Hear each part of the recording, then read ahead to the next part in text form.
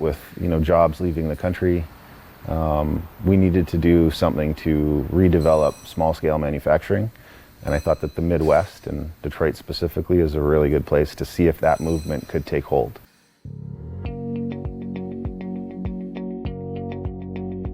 I'm Zachary Pashek. I'm the owner and president at Detroit Bikes. So I moved to Detroit in 2010. I had a background in municipal politics back in Canada, where I'm originally from.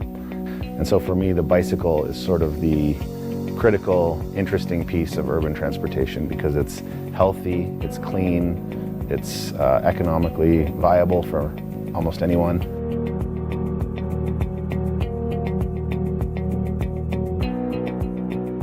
This factory that we're in is the largest bicycle frame manufacturer in the United States, and it's not all that large relative to the industry, but for America it's quite big.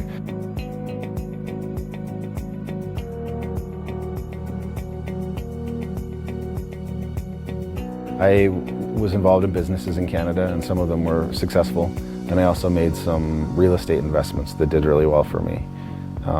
So when I moved from Canada to the United States, that was one of those rare times where the Canadian dollar was worth more than the American dollar. Usually it's worth a lot less, but the timing for me was good. I sold everything I had in Canada, and I took that money and moved it to the United States into American dollars.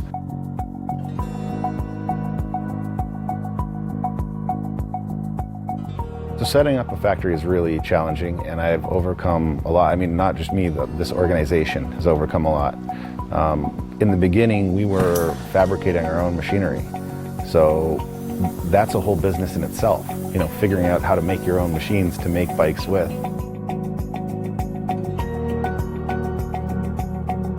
So we're using very fancy American chromoly steel. So it's a really strong steel, which means that you can use less material, and then it's a more lightweight frame.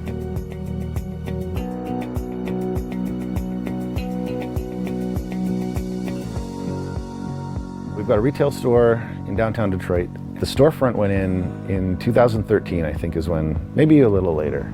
But there were nothing but vacancies all around us in Capitol Park. And if you go down to Capitol Park now, you'll see that there are no vacancies.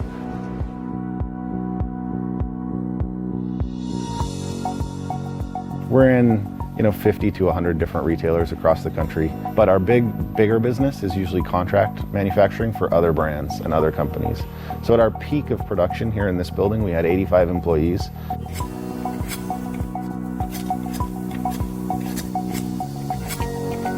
My job here is to facilitate the production. So I need to hire the right people, and I need to make sure they have what they need to produce bikes well.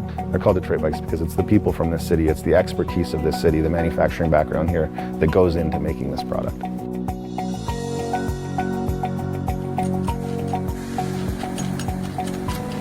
Final assembly is different from complete assembly.